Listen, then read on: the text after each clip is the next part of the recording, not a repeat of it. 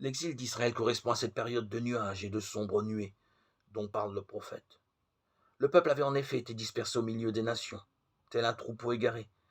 Il s'était retrouvé sans pasteur et sans espérance. Non seulement il avait perdu cette terre promise, ce bon pâturage, qui était don de Dieu, mais c'était son péché et l'aveuglement de ces mauvais pasteurs qui l'avaient égaré et conduit à ce désastre.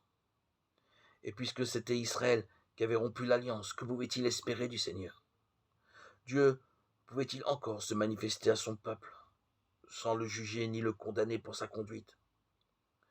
C'est dans ce contexte que le prophète va s'employer à éveiller l'espérance dans les cœurs meurtris et à révéler au peuple humilié par ses fautes le cœur miséricordieux du Seigneur.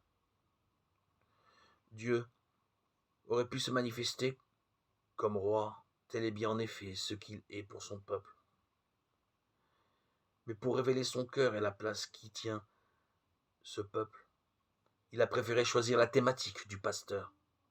3 caractéristiques le définissent. Il est préoccupé du sort de ses brebis, et si l'une s'égare, il fait tout le chemin pour la retrouver. Il prend soin de chacune qu'il connaît suffisamment pour s'en occuper de manière adaptée. Enfin, il rassemble son troupeau et le guide vers la terre promise, le lieu du repos.